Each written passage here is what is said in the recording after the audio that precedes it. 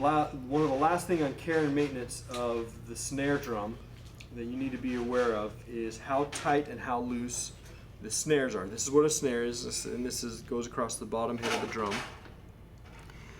And a lot of kids over tighten the snares to where it will choke the drum, and I'll kind of demonstrate that a little bit. So this is a snare strainer, and this little notch here, each drum has a different one. You can actually use a key with this one, but you can just finger tight it. So, and this turns it on. So when the snare is too loose, here's what it sounds like. That's not even registered. You can hear the snare rattling. In order to get the snare drum at the snare bed at the right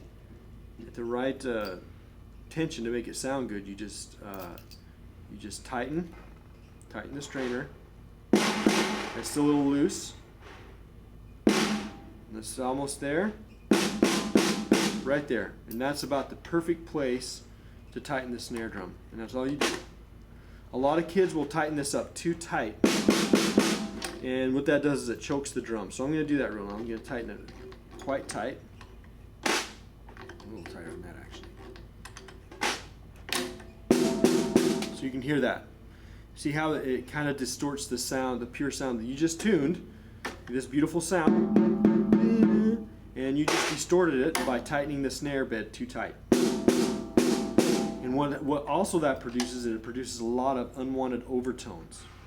Okay, and why that happens is you're muting, when you tighten it up too tight, you're muting the bottom head to where you get more overtones out of the top head. Okay, so I'm going to dial that down a bit. It's too loose. Okay.